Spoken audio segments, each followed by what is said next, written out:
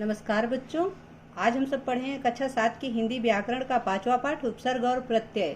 तो उपसर्ग और प्रत्यय में से हमने उपसर्ग पढ़ लिया है। आज हम प्रत्यय पढ़ेंगे और इसका अभ्यास कार्य करेंगे। ठीक है। प्रत्यय यानी प्रत्यय किसे कहते हैं? जो शब्दांश मूल शब्द के अंत में लगकर उसके अर्थ में विशेषता या परिवर्तन ला देते हैं वे प्रत्यय कहलाते हैं। जैसे सुंदर प्लस ता सुंदरता। तो जो प्रत्यय होते हैं वे हमेशा मूल शब्द के अंत में लगते हैं, जबकि उपसर्ग जो है मूल शब्द के आगे लगते हैं। ठीक है। और ये जो है उनके अर्थ में विशेषता लाते हैं, परिवर्तन लाते हैं, यानी शब्दों के अंत में जुड़ते हैं और उनके अर्थ में परिवर्तन ला देते हैं। जैसे कोई व्यक्ति सुंदर है तो उसमें ता प्रत्यय लग गया तो हो गया सुंदरता, यानी उसकी सुंदरता लुभावनी है, मन भावनी है। ठीक है। हिंदी में दो प्रकार के प्रत्यय प्रयोग किए जाते हैं। कौन कौन से? कृत प्रत्यय तथा तद्धित प्रत्यय। कृत प्रत्यय यानी जो क्रिया के साथ प्रयोग किए जाते हैं। तद्धित प्रत्यय जो संज्ञा सर्वनाम विशेषण के साथ प्रयोग किए जाते हैं। अब हम कृत प्रत्यय के बारे में विस्तार से जान लेते हैं। कृत प्रत्यय जो प्रत्यय क्रिया के मूल धातु रूप के साथ लगकर संज्ञा और विशेषणों का निर्माण करते हैं, यानी संज्ञा का और विशेषणों का दोनों का निर्माण करते हैं, वे कृत प्रत्यय कहलाते हैं। हिंदी में प्रयोग होने वाले कृत प्रत्ययों के कुछ उदाहरण अगले पृष्ठ पर दिए गए हैं। तो अगले पृष्ठ पर उदाहरण है, हम उसको भी देखते हैं। यहाँ है भाववाचक संज्ञा बनाने वाले कृत प्रत्यय, यानी वे प्रत्यय जिनके द्वारा भाववाचक संज्ञा का निर्माण होता है। ठीक है। ऐसे कृत प्रत्यय जिनसे भाववाचक संज्ञा का निर्माण होता है। जैसे आई, तो ये भाववाचक संज्ञा होगा। पढ़ाई, लिखाई, लड़ाई। आन कृत प्रत्यय है तो इससे बनेगा थकान, मिलान, लगान, ये भाववाचक संज्ञा है।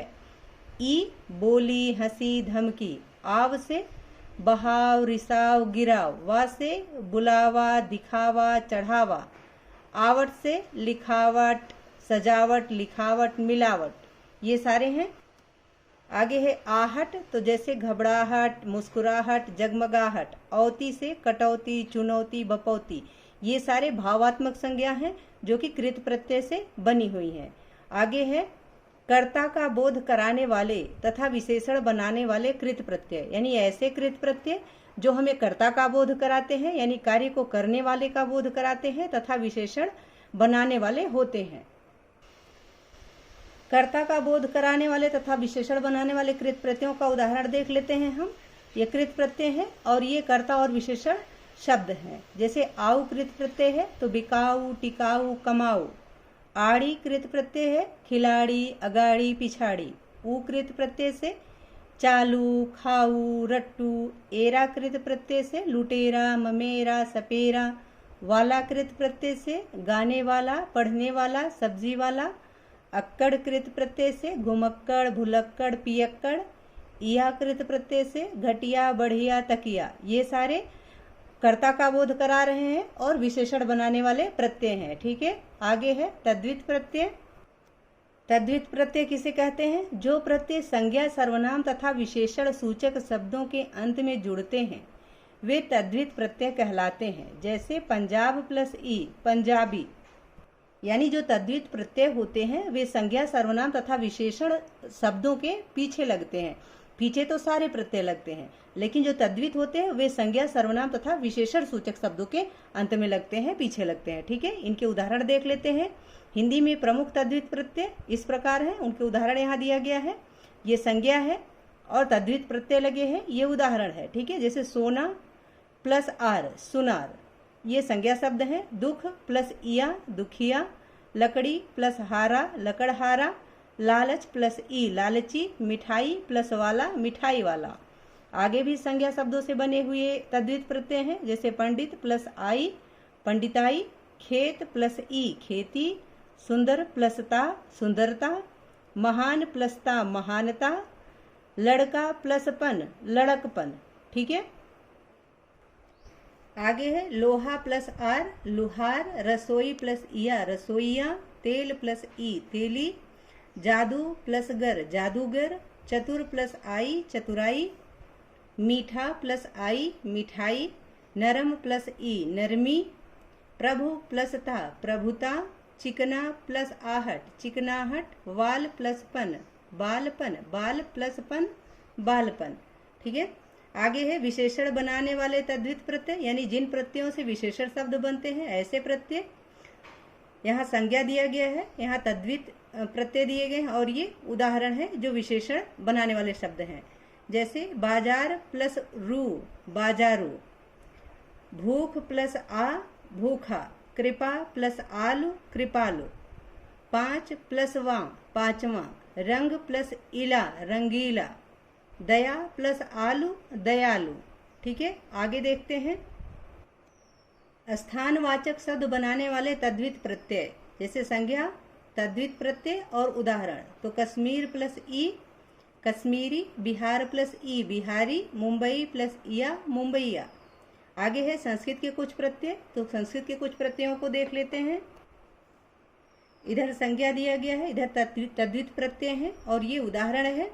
ये संस्कृत के प्रत्यय हैं, जैसे गरी प्लस इमा, गरिमा, पशु प्लस त्व, पशुत्व, मानव प्लस ता, मानवता, धर्म प्लस इक, धार्मिक, गुड़ प्लस वती, गुणवती, रूप प्लस वती, रूपवती, लाल प्लस इमा, लालिमा, गुरु प्लस त्व, गुरुत्व, इतिहास प्लस इक, ऐतिहासिक, पल्लव प्लस इत, पल्लवित, बुद्धि प्लस मान, बुद्धिमान। आगे देखते हैं। आगे है अरबी फारसी के प्रत्यय, ये संज्ञा है, तद्धित प्रत्यय है, उदाहरण है। जैसे तीर प्लस अंदाज, तीरंदाज, खिदमत प्लस गार, खिदमतगार, तख्त प्लस पोष, तख्तपोश, धोखा प्लस बाज, धोखेबाज, इंसान प्लस इयत, इंसानियत, मच्छर प्लस दानी, मच्छरदानी, शौक प्लस ईन, शौकीन। ये सारे अरबी तथा फारसी के प्रत्यय हैं। आगे है विशेष, तो विशेष को देख लेते हैं हम।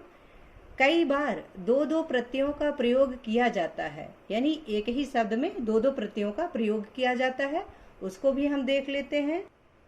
यहाँ मूल शब्द है, ये प्रत्यय है, ये भी प्रत्यय है और ये नए नवनिर्मित शब्द हैं, यानी नए बने हुए शब्द हैं। ये दो प्रत्यय यहाँ लगे हुए हैं। जैसे भारत प्लस ई प्लस ता, यानी ई भी प्रत्यय है और ता भी प्रत्यय है, हो गया भारतीयता। मानव प्लस ई प्लस ता, यानी ई और ता दोनों प्रत्यय हैं और शब्द बन गया मानवीयता। इतिहास प्लस इक प्लस ता, ऐतिहासिकता। बन प्लस आवट प्लस ई, बनावटी। आगे है कई बार उपसर्ग और प्रत्यय दोनों का प्रयोग किया जाता है। जैसे इसका उदाहरण भी हम देखते हैं, जब उपसर्ग और प्रत्यय दोनों का प्रयोग किया जाता है एक साथ। यहाँ देखिए उपसर्ग है और ये मूल शब्द है, ये प्रत्यय है और ये नवनिर्मित शब्द है, यानी नए बने हुए शब्द हैं। तो अभी जो है उपसर्ग है, मान मूल शब्द है, ई प्रत्यय है, हो गया अभिमानी। स्व उपसर्ग है, तंत्र मूल शब्द है, ता प्रत्यय है, हो गया स्वतंत्रता। निर उपसर्ग है, दया मूल शब्द है, ता प्रत्यय है, हो गया निर्दयता। निर ये है, अ उपसर्ग है, धर्म मूल शब्द है, इक प्रत्यय है, हो गया अधार्मिक। दुर उपसर्ग है, बल मूल शब्द है, ता प्रत्यय है, हो गया दुर्बलता।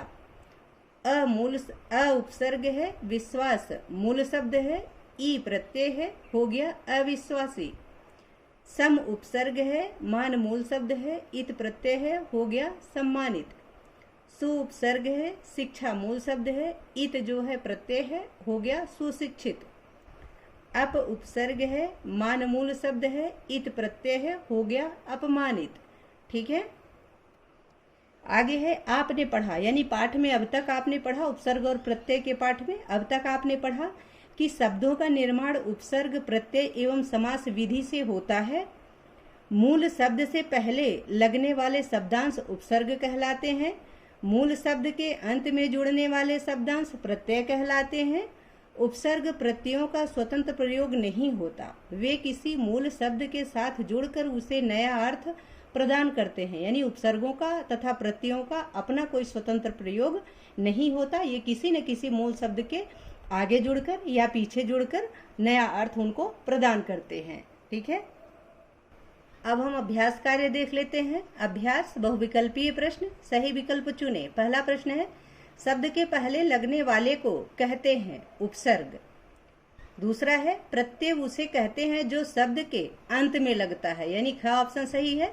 तीसरा है दुर्भावना में उपसर्ग लगा है, तो दुर उपसर्ग लगा है, यानी का ऑप्शन सही है। चौथा है किस शब्द में आवा प्रत्यय नहीं लगा है, तो मावा शब्द में आवा प्रत्यय नहीं लगा है, ठीक है, यानी घ ऑप्शन सही है। पांचवा है उड़ान शब्द में प्रत्यय है, यानी उड़ान शब्द में कौन सा प्रत्यय है, तो आन प्रत्यय है, यानी का ऑप्शन सही है। आगे है विक्रय में उपसर्ग है, तो विक्रय में वी उपसर्ग है। सातवां प्रश्न है नाटककार में प्रत्यय लगा है, तो नाटककार में कार प्रत्यय लगा है, यानी ख ऑप्शन सही है। आठवां है निर्मल में उपसर्ग लगा है, तो निर उपसर्ग लगा है, यानी क ऑप्शन सही है। नौवां है टकराहट में प्रत्यय लगा है, टकराहट में आहट प्रत्यय लगा है, इसलिए का ऑप्शन सही है। 10वां प्रश्न है किस शब्द में ई प्रत्यय लगा है, तो बढ़ई में ई प्रत्यय लगा है, जबकि बाकी में आई प्रत्यय लगा है, यानी लिखाई महंगाई पढ़ाई में आई प्रत्यय लगा है, सिर्फ बढ़ई में ई प्रत्यय लगा है, यहाँ नहीं छपा हुआ है, जबकि होना चाहिए कि लगा है, ठीक है। 11वां प्रश्न है नी प्रत्यय किस शब्द में नहीं है, तो छेनी में नी प्रत्यय नहीं है, बाकी जननी में, छलनी में, शेरनी में, इनमें नी प्रत्यय है, ठीक है। 12वां प्रश्न है सम्मुख में किस उपसर्ग का प्रयोग हुआ है, तो सम्मुख में सम उपसर्ग का प्रयोग हुआ है, इसलिए ग ऑप्शन सही है। आगे है बोधात्मक प्रश्न। प्रश्न 1 है उपसर्ग और प्रत्यय की परिभाषा लिखते हुए उनमें अंतर बताइए, तो प्रश्नों का उत्तर हम कॉपी में लिख रखे हैं, आपको वहां से दिखाते हैं। पहले प्रश्न का उत्तर है कि उपसर्ग और प्रत्यय की परिभाषा लिखते हुए उनमें अंतर बताइए, इसका उत्तर है उपसर्ग। पहले हम देख लेते हैं उपसर्ग की परिभाषा। जो शब्दांश मूल शब्द के आरंभ में जुड़कर उसके अर्थ में विशेषता या परिवर्तन ला देते हैं उन्हें उपसर्ग कहते हैं, जैसे अ प्लस भाव अभाव। फिर प्रत्यय की परिभाषा देख लेते हैं। जो शब्दांश मूल शब्द के अंत में लगकर उसके अर्थ में विशेषता या परिवर्तन ला देते हैं प्रत्यय कहलाते हैं, जैसे सुंदर प्लस ता सुंदरता। यहाँ हमने उसके शब्द 2 बार लिख दिया था, तो एक को काट दिया है, ठीक है। आगे उपसर्ग एवं प्रत्यय में अंतर देखते हैं। उपसर्ग शब्दांश के आरंभ में जुड़ते हैं, जबकि प्रत्यय शब्दांश के अंत में जुड़ते हैं, तो यही दोनों में अंतर होता है कि उपसर्ग पहले जुड़ता है जबकि प्रत्यय बाद में जुड़ता है, शब्द के अंत में जुड़ता है।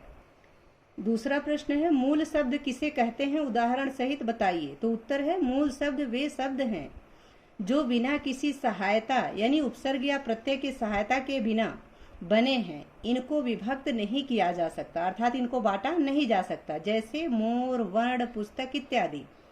तीसरा प्रश्न है व्युत्पन्न शब्द किसे कहते हैं, तो उत्तर है व्युत्पन्न शब्द वे शब्द हैं जो मूल शब्द के साथ उपसर्ग यानी प्रत्यय, उपसर्ग और प्रत्यय लगाकर बनते हैं, यानी जिनमें उपसर्ग और प्रत्यय लगाकर बनाया जाता है वे व्युत्पन्न शब्द कहलाते हैं। आगे है चौथा प्रश्न शब्द रचना से आप क्या समझते हैं, तो इसका उत्तर है नए शब्द बनाने की प्रक्रिया ही शब्द रचना कहलाती है। पांचवा प्रश्न है हिंदी में कितने प्रत्यय हैं, उदाहरण सहित बताइए, तो उत्तर है हिंदी में 2 प्रकार के प्रत्यय प्रयोग किए जाते हैं, यानी 2 प्रकार के प्रत्यय हैं, क कृत प्रत्यय और ख तद्धित प्रत्यय। तो कृत प्रत्यय किसे कहते हैं, पहले हम यह जान लेते हैं। कृत प्रत्यय जो प्रत्यय क्रिया के मूल धातु रूप के साथ लगकर संज्ञा और विशेषणों का निर्माण करते हैं वे कृत प्रत्यय कहलाते हैं, जैसे आई, आन, आउ, आड़ी आदि, ये सारे कृत प्रत्यय के उदाहरण है, ये सारे कृत प्रत्यय हैं। ख है तद्धित प्रत्यय, तो तद्धित प्रत्यय वे प्रत्यय होते हैं जो प्रत्यय संज्ञा, सर्वनाम तथा विशेषण सूचक शब्दों के अंत में जुड़ते हैं, वे तद्धित प्रत्यय कहलाते हैं, जैसे पंजाब प्लस ई, तो पंजाब जो है ये संज्ञा है, ई जो है प्रत्यय है, शब्द बन गया पंजाबी, ठीक है। आगे है छठा प्रश्न निम्नलिखित शब्दों में से मूल शब्द और उपसर्ग अलग अलग करके लिखिए, तो शब्द है दुराचारी, उपसर्ग है दूर और मूल शब्द है 4 प्लस ई, ठीक है। अपयस में अप उपसर्ग है, यस जो है मूल शब्द है, बेईमान में बे उपसर्ग है, ईमान जो है मूल शब्द है, सुयोग्य में सु उपसर्ग है, योग्य मूल शब्द है, अध खिला में अध उपसर्ग है, खिला मूल शब्द है। आ जन्म में आ उपसर्ग है और जन्म मूल शब्द है। आगे है 7वां प्रश्न, निम्नलिखित उपसर्गों से दो दो शब्द बनाइए। अति से तो अत्यधिक अत्यंत, आ से आजन्म आरोह, बे से बेनकाब बेईमान, सु से सुयोग्य सुगम, अनु से अनुच्छेद अनुज। आगे है 8वां प्रश्न, कोष्ठक में दिए गए शब्दों में सही प्रत्यय लगाकर वाक्यों के रिक्त स्थानों की पूर्ति कीजिए। तो क है, इसमें मीठा दिया गया है तो इसको वाक्य में प्रयोग करना है प्रत्यय लगा के। तो इस गायिका की आवाज की मिठास, इसमें आस प्रत्यय लगा है, ने सबका मन मोह लिया। दूसरा है ख, इसमें लिख दिया गया है तो शब्द बनेगा लिखावट, आवट प्रत्यय लगेगा। अच्छे अंक पाने के लिए हमें सुंदर लिखावट पर भी ध्यान देना चाहिए। ग है, यहाँ रूप दिया गया है तो शब्द बना है रूपवती। वती जो है यह प्रत्यय है, इस रूपवती स्त्री की प्रशंसा हुई। आगे है घ, इसमें मोटा दिया गया है तो शब्द बनेगा मोटापा। वाक्य हो जाएगा मोटापा सब बीमारियों की जड़ है। ङ है, इसमें रंग दिया गया है तो शब्द यहाँ रंगीन बन जाएगा और वाक्य हो जाएगा कि रंगीन पुस्तक आकर्षक होती है। आगे 9वां प्रश्न है, निम्नलिखित शब्दों के मूल रूप और प्रत्यय अलग अलग कीजिए। यानी जो मूल शब्द है उनको अलग करना है तथा प्रत्यय को अलग करना है।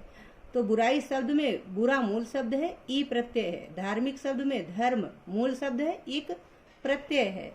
आगे है भौगोलिक शब्द में भाग जो है यह मूल शब्द है, अ प्रत्यय है और लौकिक प्रत्यय है।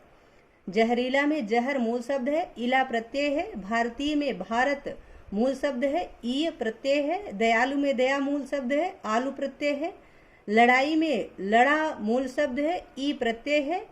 लिखावट में लिख मूल शब्द है, आवट प्रत्यय है। बचपन में बच मूल शब्द है, पन प्रत्यय है। नैतिक में नए मूल शब्द है, तिक प्रत्यय है। ठीक है। आगे 10वां प्रश्न है, निम्नलिखित प्रत्ययों में से दो दो शब्द बनाइए। यानी जो प्रत्यय दिए गए हैं इनसे दो दो शब्द बनाने हैं। आवट से बनावट लिखावट, पन से बचपन अपनापन, आई प्रत्यय से पढ़ाई लिखाई, या प्रत्यय से मुंबईया दुखिया, इक प्रत्यय से व्यवहारिक पारिवारिक, अनीय प्रत्यय से पठनीय कथनीय, वान प्रत्यय से बलवान धनवान, अक्कड़ प्रत्यय से घुमक्कड़ भुलक्कड़। 11वां प्रश्न है, निम्नलिखित शब्दों में से उपसर्ग मूल शब्द तथा प्रत्यय अलग अलग करके लिखिए। अपमानित, अपमानित में अप उपसर्ग है, मान मूल शब्द है, इत प्रत्यय है। अलौकिक में अ उपसर्ग है, लोक मूल शब्द है, इत प्रत्यय है। अनुकरणीय में अनु उपसर्ग है, करण मूल शब्द है, ई प्रत्यय है। स्वतंत्रता में स्व मूल शब्द उपसर्ग है, तंत्र मूल शब्द है, ता प्रत्यय है। ऐतिहासिक में ए उपसर्ग है, इतिहास मूल शब्द है, इक तथा ता प्रत्यय है। बेरोजगारी में बे उपसर्ग है, रोजगार मूल शब्द है, ई प्रत्यय है। अनैतिक में अ उपसर्ग है, नैत मूल शब्द है, इक प्रत्यय है। आगे 12वां प्रश्न है, निम्नलिखित शब्दों में से मूल शब्द छांटिए। शब्द और मूल शब्द, घटिया में से घट मूल शब्द है, सौदागर में सौदा मूल शब्द है, चिंता में ची मूल शब्द है, सूचना में सूच मूल शब्द है, दयालु में दया मूल शब्द है, सुरीला में सुर मूल शब्द है, होनहार में होन मूल शब्द है, बचपन में बच मूल शब्द है। 13वां प्रश्न है, निम्नलिखित शब्दों में से हिंदी संस्कृत तथा उर्दू के उपसर्ग छांटकर लिखिए। तो जो मंजूषा में शब्द दिए गए हैं यहाँ से आपको हिंदी के उपसर्ग, संस्कृत के उपसर्ग तथा उर्दू के उपसर्ग छांट के लिखने हैं। ठीक है। हिंदी के उपसर्ग निबंध, दुस्साहसी, परलोक, दुभाषिया, अवघट, भरपूर, परिक्रमा। संस्कृत के उपसर्ग अवशेष, अधकचरा, दुश्चरित, स्वल्प, प्रवचन, उत्तीर्ण, उरीड़ और प्रवचन। उर्दू के उपसर्ग चौतरफा, बाकायदा, खुशखबरी, सरमाया, विलगाना, कमसिन और लाइलाज है। ठीक है। 14वां प्रश्न है, निम्नलिखित कथनों में सही के सामने सही तथा गलत के सामने गलत का चिन्ह लगाइए। क है, उपसर्ग वाक्य के अंत में लगते हैं, गलत है। ख है, प्रत्यय वाक्य के प्रारंभ में लगते हैं, ये भी गलत है। ग है, उर्दू के उपसर्ग शब्द के प्रारंभ में लगते हैं, सही है, यानी उपसर्ग कोई भी हो वो शब्द के प्रारंभ में ही लगता है। घ है, संस्कृत के उपसर्ग शब्द के बीच में लगते हैं, गलत है। ङ है, हिंदी के उपसर्ग शब्द के प्रारंभ में लगते हैं, सही है। च है, ऊ, दू, चौ, ती आदि हिंदी के उपसर्ग हैं, गलत है। छ है, हिंदी में 5 प्रकार के प्रत्यय प्रयोग किए जाते हैं, गलत है। ज है, कृत प्रत्यय हिंदी का प्रत्यय है, सही है। आगे है 15वां प्रश्न, निम्नलिखित शब्दों में उचित प्रत्यय लगाकर नए शब्द रूप बनाइए तथा उनका वाक्यों में प्रयोग कीजिए। क है, पल्लव, तो पल्लव में प्रत्यय ई लगा, शब्द बन गया पल्लवी, वाक्य हो गया पल्लवी बहुत सुंदर है। ख है, जिम्मेदार, इसमें ई प्रत्यय लगा, नया शब्द बना जिम्मेदारी, वाक्य हो गया अपना काम जिम्मेदारी से करो। ग है, स्थान, स्थान में ई प्रत्यय लगा, नया शब्द बना स्थानीय, तो रमेश आगरा का स्थानीय निवासी है, यह वाक्य हो गया। अर्थ शब्द है तो अर्थ में हीन प्रत्यय लगा, हो गया अर्थहीन, वाक्य हो गया अर्थहीन बातें मत करो। ङ है, दुर्बल, दुर्बल में ता प्रत्यय लगा, नया शब्द हो गया दुर्बलता, वाक्य हो गया हमारे मन में दुर्बलता नहीं होनी चाहिए, यानी हमें मन से दुर्बल नहीं होना चाहिए। आगे है च, सम्मान, सम्मान में इत प्रत्यय हो गया, लग गया तो हो गया सम्मानित, वाक्य बना मैं बहुत सम्मानित महसूस करती हूँ या करता हूँ। छ है, कृपा, कृपा में आलू प्रत्यय लग गया, नया शब्द बना कृपालु, वाक्य बना भगवान बड़े कृपालु हैं। ज है, इतिहास, इतिहास में इक प्रत्यय लग गया, नया शब्द बना ऐतिहासिक, वाक्य हो गया ताजमहल ऐतिहासिक धरोहर है। झ है, भारत, भारत में ई प्रत्यय लगा, नया शब्द हुआ भारतीय, तो वाक्य बना हमें गर्व है कि हम भारतीय हैं। आशा है कि यह पाठ तथा इसका अभ्यास कार्य आप सबको अच्छे से समझ में आ गया होगा। यदि पाठ से संबंधित या वीडियो से संबंधित कोई सुझाव हो तो प्लीज़ कमेंट बॉक्स में अवश्य लिखें। आपकी कोई क्वेरी हो तो उसको भी कमेंट बॉक्स में अवश्य लिखें। वीडियो पसंद आए तो इसको लाइक करें, शेयर करें और चैनल पर नए हैं तो प्लीज़ इसे सब्सक्राइब अवश्य करें। बहुत बहुत धन्यवाद।